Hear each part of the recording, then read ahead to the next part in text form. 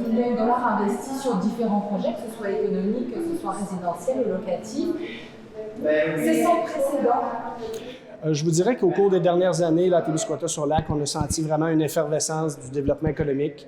L'année 2021 avait été quand même très, très intéressante avec plusieurs projets d'investissement. 2022 s'annonçait aussi très intéressante. Donc aujourd'hui, on trouvait intéressant justement d'offrir, de donner une visibilité à ces projets-là. Souvent de fois, on va sortir des grands chiffres dans un communiqué de presse. On a décidé cette année de vraiment faire la lumière sur nos promoteurs, les présenter avec plus de précision un petit peu.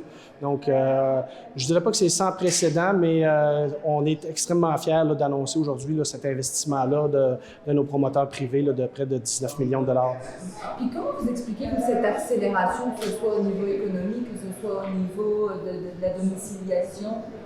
Bien, écoutez, je pense que la suite de la pandémie a amené des gens à se questionner, à vouloir s'établir en région. On sait que le plein air est de plus en plus populaire sur l'ensemble du Québec. Je pense que la mise en place du parc il y a quelques années a ouvert des yeux sur notre région. Présentement, oui, Témiscouata-sur-le-Lac se développe bien, mais l'ensemble du territoire témiscouatain se développe aussi très bien. Le marché immobilier est très, très fort. On n'a pratiquement plus de maisons à vendre. Donc, les infrastructures que la Ville met en place, je pense que ça attire des nouvelles familles. Les gens sont intéressés à venir chez nous.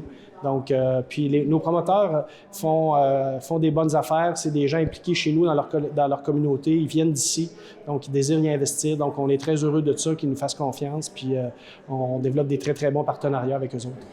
On parlait de l'innovation un peu comme une bougie d'allumage du développement économique à Témiscouata-sur-le-Lac, mais on se rend compte que là, on est vraiment dans un boom. Le type du communiqué était quand même bien choisi. Est-ce que vous diriez justement que c'était un premier pas vers un plus grand essor? Bien, il y a différentes recherches qui démontrent que les jeunes d'aujourd'hui cherchent des infrastructures de qualité, donc d'avoir des services, d'avoir de l'activité pour les familles, d'avoir, tu sais, anciennement, on se déplaçait de région en région pour des augmentations de salaire. Maintenant, les gens veulent des conditions de travail, veulent être dans des milieux où ce qui fait bon vivre, avec la nature, le plein air est extrêmement fort, le camping, etc. Donc, je pense que notre positionnement au niveau du Témiscouata-sur-le-Lac est très intéressant. On est tout près quand même des grands centres, que ce soit Rivière-du-Loup, à Porte-du-Nouveau-Brunswick.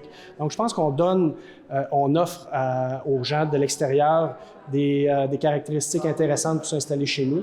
Puis je pense que, très humblement, nos infrastructures qu'on a annoncées et qui se concrétisent présentement, c'est sûrement des éléments là, qui peuvent mobiliser puis amener des gens à prendre des décisions de s'installer chez nous.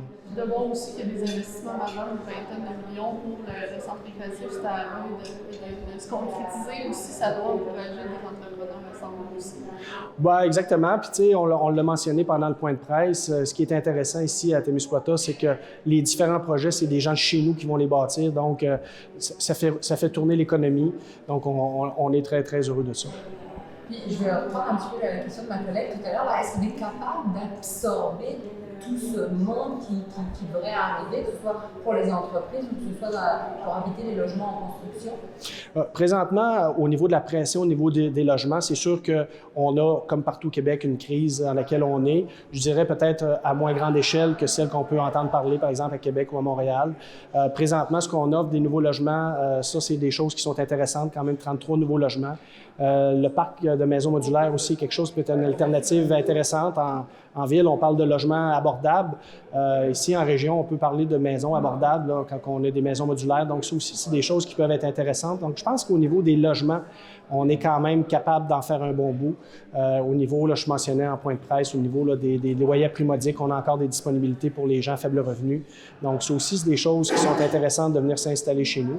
Pour ce qui est de nos infrastructures, Aqueduc et Égout, oui, il y a beaucoup de projets domiciliaires qui sont en développement, mais quand même plusieurs qui sont hors du périmètre urbain. Donc, on n'est pas nécessairement dans les services d'aqueduc et d'égout. Donc, au niveau de la pression de nos systèmes, on n'a pas de difficulté présentement. Puis, la remise aux normes de l'eau potable est prévue là, pour avoir une augmentation là, de personnes desservies par l'aqueduc. Fait que ça ne nous inquiète pas là, pour ce qui est de les aqueducs et d'égout. Et au niveau des écoles et services de garde également? Bien, au niveau des services de garde, on a annoncé dernièrement là, la mise en place d'une nouvelle installation de 50 places à Témiscouata-sur-le-Lac. On en a déjà 2 de 50 places, donc on parle quand même de 3 installations qui vont pouvoir accueillir 150 enfants. Donc présentement, on est assez confiant là, d'être capable, en mesure d'offrir des bons services. Puis on se développe aussi là, au niveau, le CPE travaille très fort là, pour la mise en place aussi de services de garde en milieu familiaux. Donc on a eu des projets là, où on a été très novateurs au niveau du Québec. Donc ça aussi, ça nous porte à croire là, qu'on va avoir, on va être en mesure d'offrir des services de garde. Puis pour ce qui est des écoles, je pense que notre commission scolaire, notre centre éducatif est capable là, d'offrir, de faire face à l'augmentation de clientèle.